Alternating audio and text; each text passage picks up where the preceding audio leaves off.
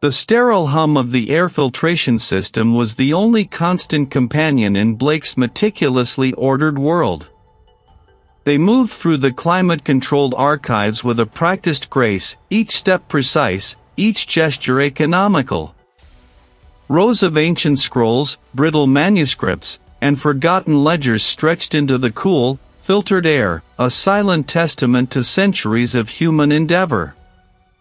Blake's gloved fingers brushed across the spine of a newly catalogued text, a 17th-century navigational log salvaged from a coastal wreck.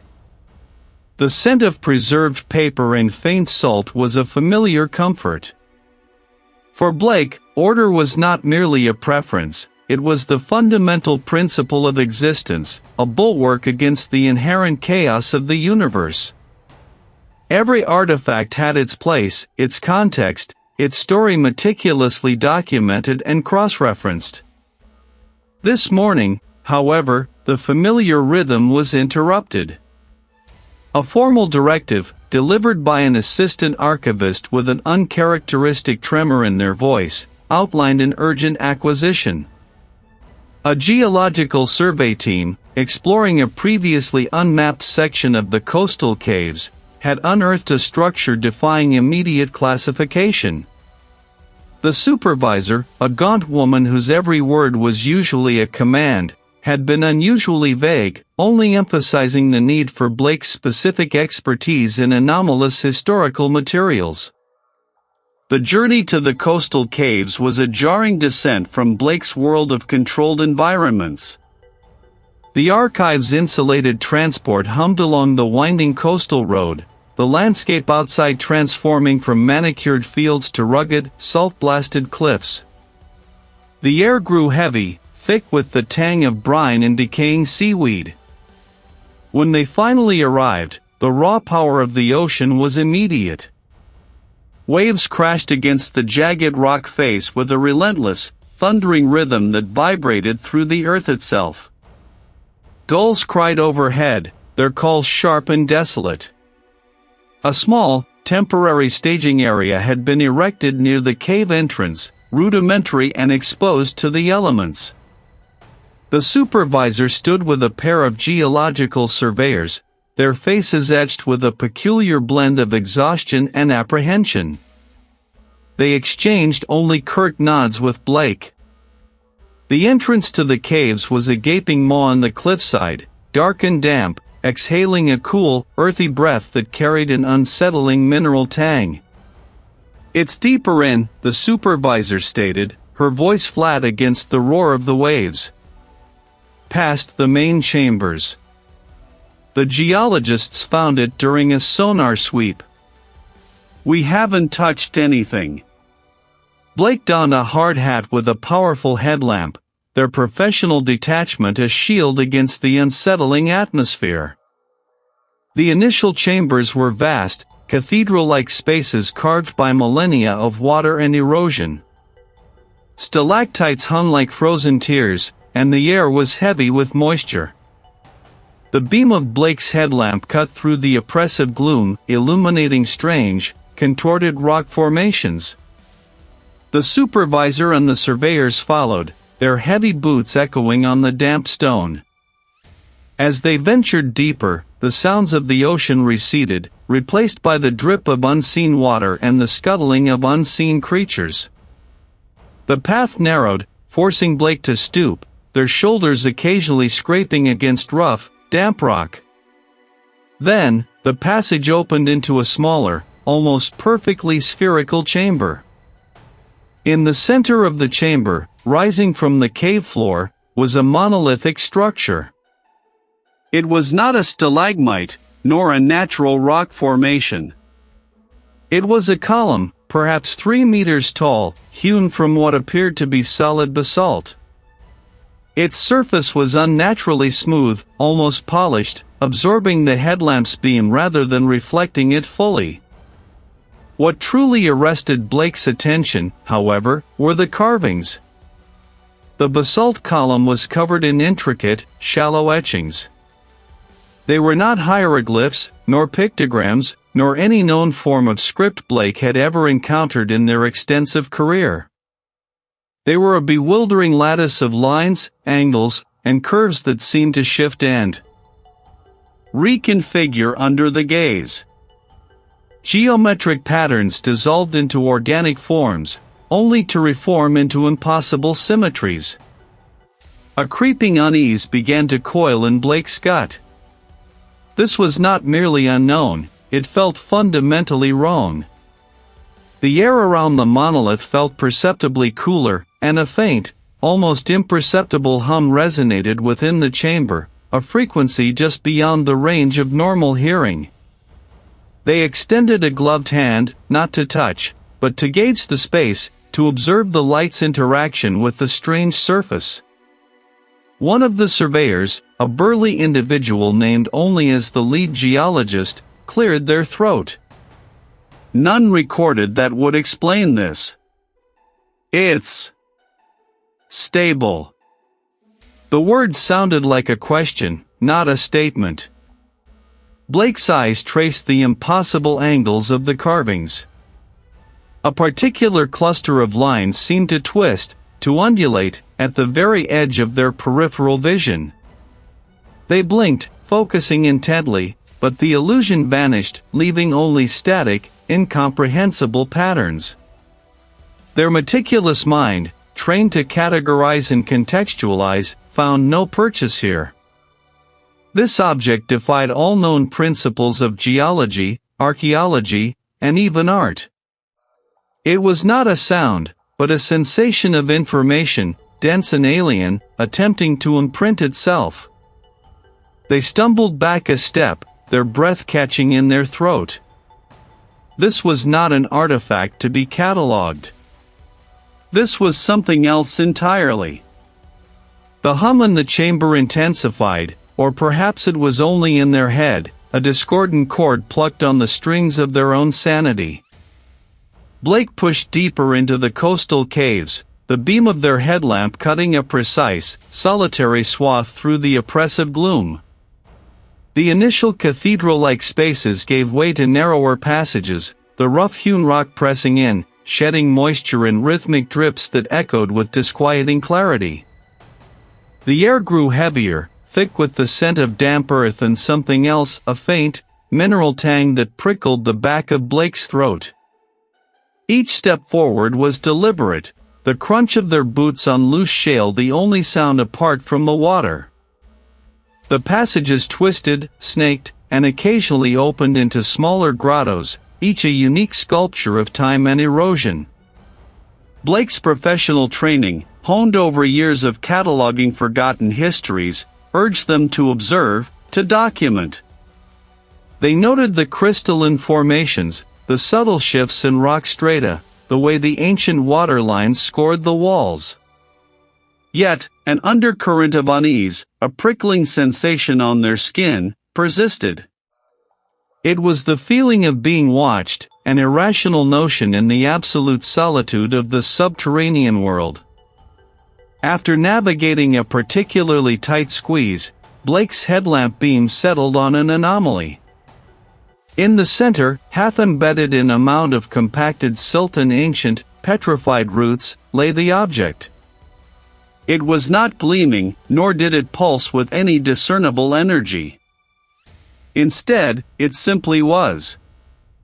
The artifact was roughly ovoid, approximately the size of a human head, but its surface defied easy classification.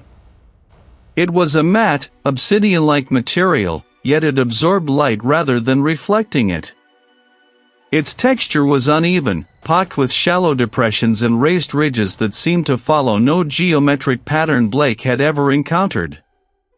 It looked like rock, yet it had a disconcerting smoothness in places, as if polished by an unimaginable force. As Blake approached, the air around it felt subtly colder, a localized chill that did not dissipate with their presence. Blake knelt, extending a gloved hand. The archivist in them demanded a tactile assessment. Their fingers brushed against the surface. It was cool, inert, utterly alien. There was no vibration, no hum, no warmth. Yet, as their skin made contact, a faint, almost imperceptible pressure seemed to push back, not physically, but against their perception. A fleeting image, not a visual, but a concept, of immense, unyielding weight, pressed into Blake's mind, then vanished. They tried to rationalize it, attributing the sensation to the cave's environment, to the stress of the expedition. But the image, the concept of weight, lingered like an afterimage in their peripheral thoughts. Blake activated the small handheld scanner from their kit, sweeping it over the object. The device, designed for geological and archaeological surveys, emitted a flat, unresponsive tone. No metal, no organic material, no known mineral signature. It was as if the artifact simply did not register on its spectrum. A bead of sweat trickled down Blake's temple, not from exertion, but from a sudden, inexplicable anxiety. They found themselves staring at the artifact, then at the surrounding rock walls. Had the contours of the chamber always seemed so fluid? Blake blinked, shaking their head. Fatigue. The lack of sleep.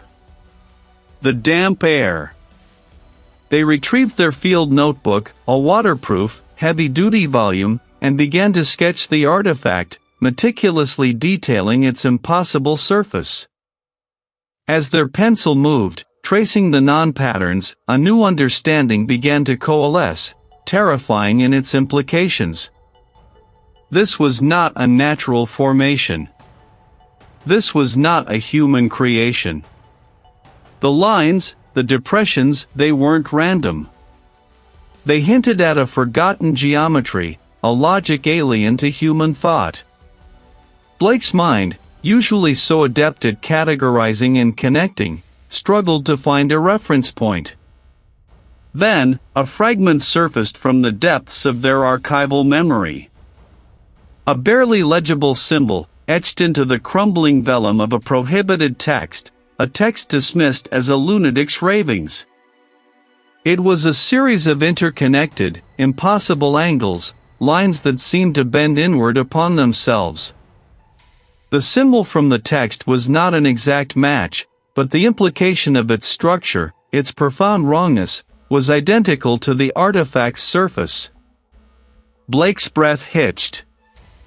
They remembered the accompanying marginalia in the text, a desperate, scrawled warning about the great sleeper beneath the world, and the fabric unraveling. At the time, they had catalogued it as a curiosity, a testament to the strange corners of human delusion. Now, deep within the coastal caves, the connection struck them with the force of a physical blow. The impossible symbol, the unyielding weight, the unregisterable material.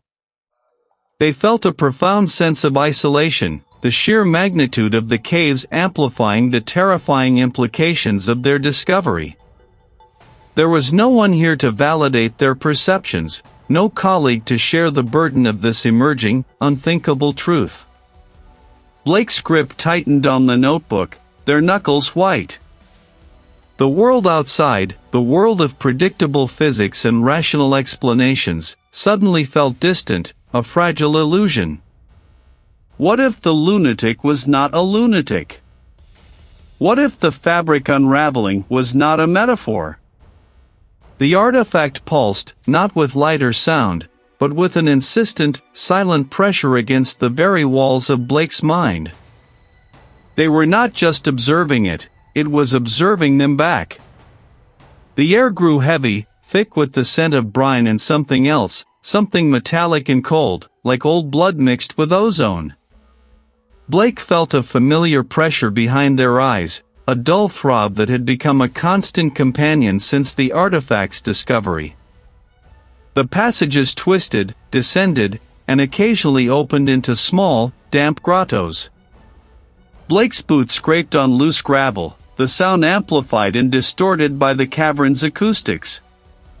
They felt a subtle shift in the rock beneath their feet, a barely perceptible vibration, as if the very stone was resonating with an unheard frequency. It seemed to pulse faintly, a low hum Blake could almost feel in their teeth. After what felt like hours, the passage widened into a vast, circular chamber. This one was larger, more imposing, a monolith of impossible geometry that seemed to absorb light rather than reflect it. It was not of the same material as the smaller piece Blake carried, yet its form echoed the same unsettling non-Euclidean angles, the same inexplicable curves that defied conventional optics. This was what the smaller piece had been drawn to. As Blake approached, the air around the monolith shimmered. It wasn't heat haze, but something more fundamental, a distortion of perception itself.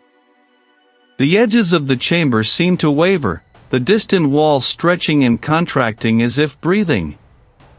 Blake halted a few paces from the plinth, their breath catching in their throat. They were not hieroglyphs, nor any known script. They were patterns, repeating and evolving, depicting forms that were simultaneously fluid and rigid, organic and mechanical, utterly alien. Blake lifted a hand, their fingers trembling.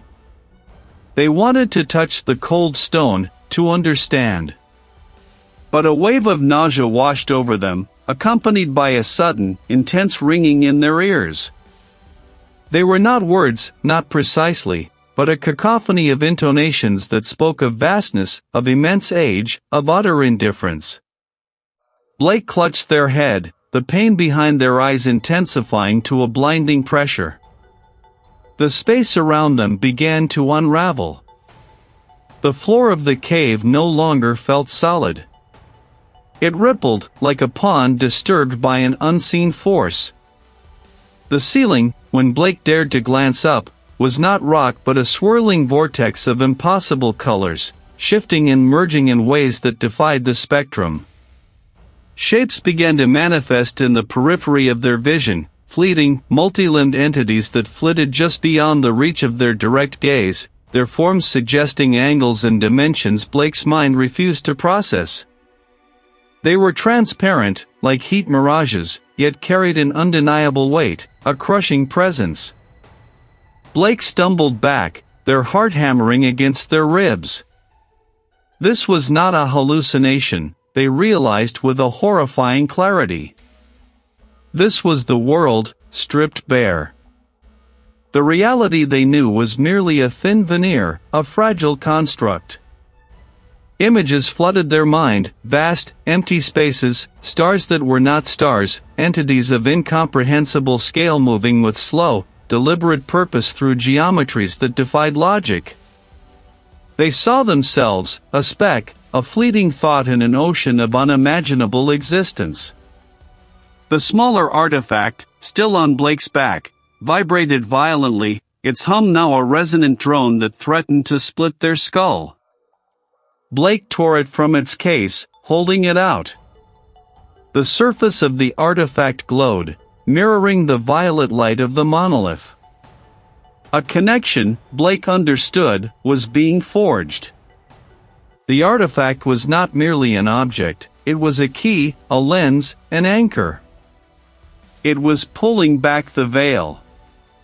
You merely learned to look away. Blake fell to their knees, the artifact clutched tight. The air solidified around them, pressing in, an invisible, crushing weight. The impossible shapes in the periphery solidified, too, becoming more defined, more horrifying. They were not malevolent, not hostile, merely present. It dwarfed all human understanding, rendering existence meaningless. A low growl, deep and guttural, echoed from the far reaches of the chamber, cutting through the psychic clamor. It was not one of the ancient observers. This was organic, animalistic, filled with a predatory intent Blake recognized from their studies of deep-sea fauna. The impossible geometries of the chamber solidified slightly, revealing jagged, tooth-like formations protruding from the walls, previously hidden by the perceptual distortion. It was a guardian, Blake realized, or perhaps a hunger, stirred from its eons-long slumber by the awakening monolith. The true horror was not just the cosmic revelation, but what it had attracted. Blake convulsed on the grimy floor, the artifact a cold, smooth weight in their clenched hand. The air around them was no longer breathable, but a dense, viscous medium that pressed against their lungs, their skin, their very bones. It was not merely heavy, it resisted, like struggling through solidified gel. The impossible shapes, once fleeting specters at the edge of vision, now held firm in the visual field. They were colossal, silent, their forms like shifting, crystalline geometries that pulsed with an internal, lightless glow. Blake squeezed their eyes shut, but the forms were etched onto the inside of their eyelids, an internal architecture of terror. A guttural sound tore from their throat, a raw, desperate plea for air that never reached their ears. The sound was swallowed by the unnatural density of the surroundings. They needed to move, to escape this crushing presence, but every muscle screamed in protest, locked in an invisible embrace. The artifact pulsed, a low, rhythmic thrum against their palm, a vibration that resonated not just through their bones, but through the deep, quiet spaces of their mind. It called to them, a silent, insistent summons. When Blake finally opened their eyes, the room was gone. The familiar archivist's desk, the rows of forgotten documents, the single flickering lamp, all dissolved. Instead, they stood on slick, wet stone, the air thick with the scent of salt and decay. Above, a low, uneven ceiling dripped with brackish water. The sound of waves, a deep, resonant roar, echoed from further in. They were in the coastal caves.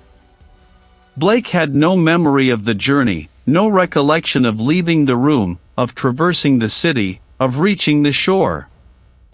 The artifact felt impossibly heavy now, pulling their arm down.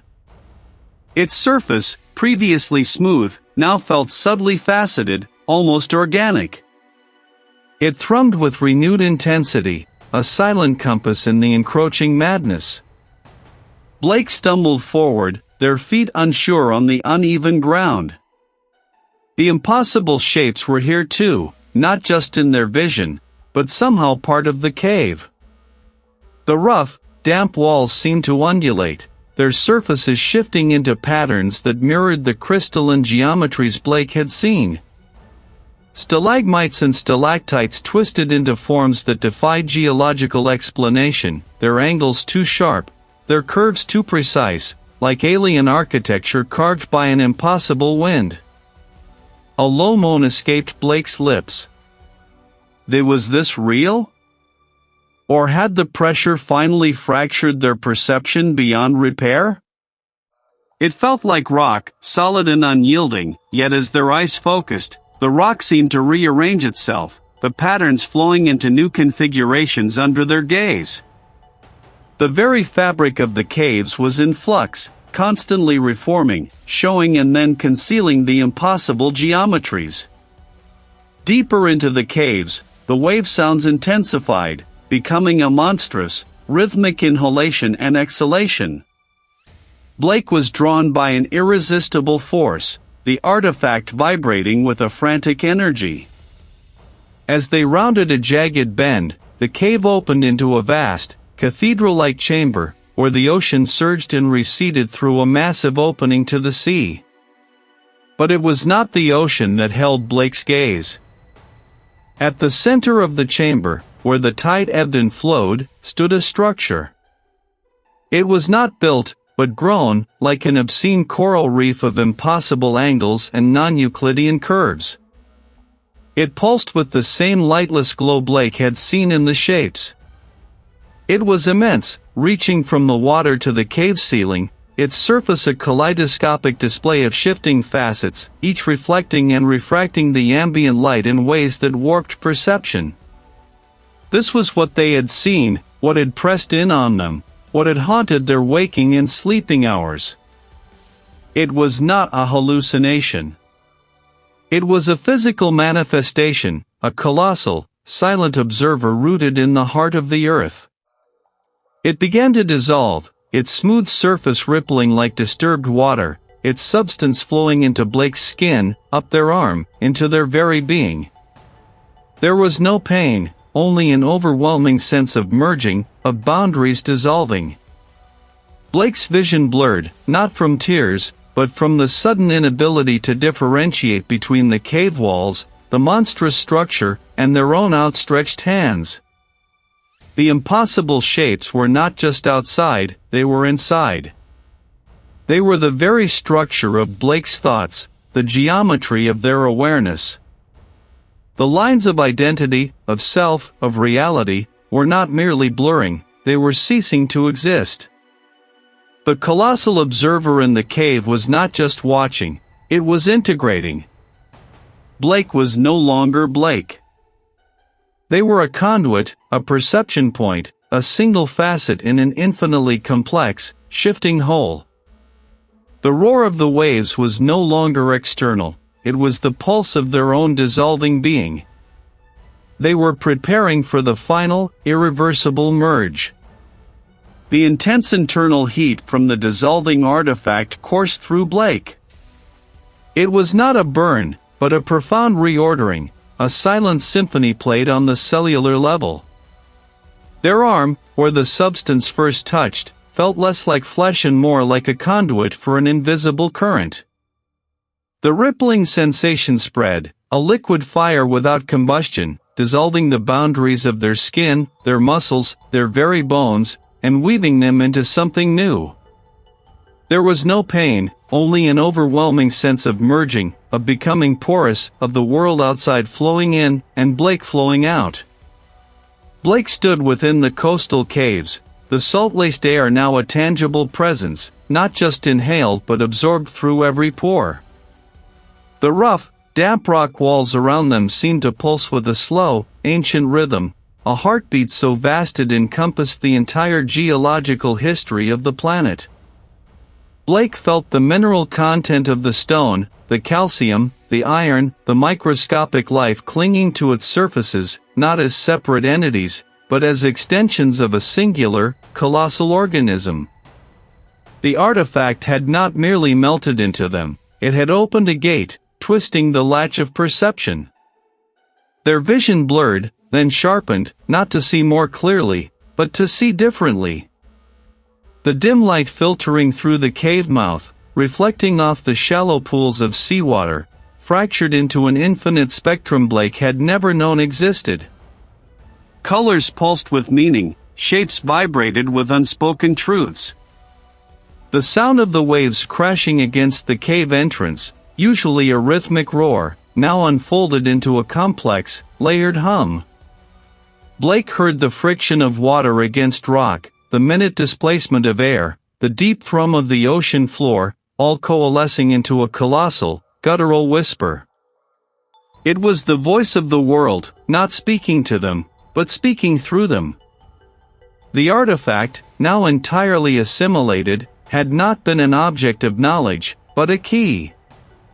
It had unlocked the latent capacity within Blake to perceive the true nature of existence.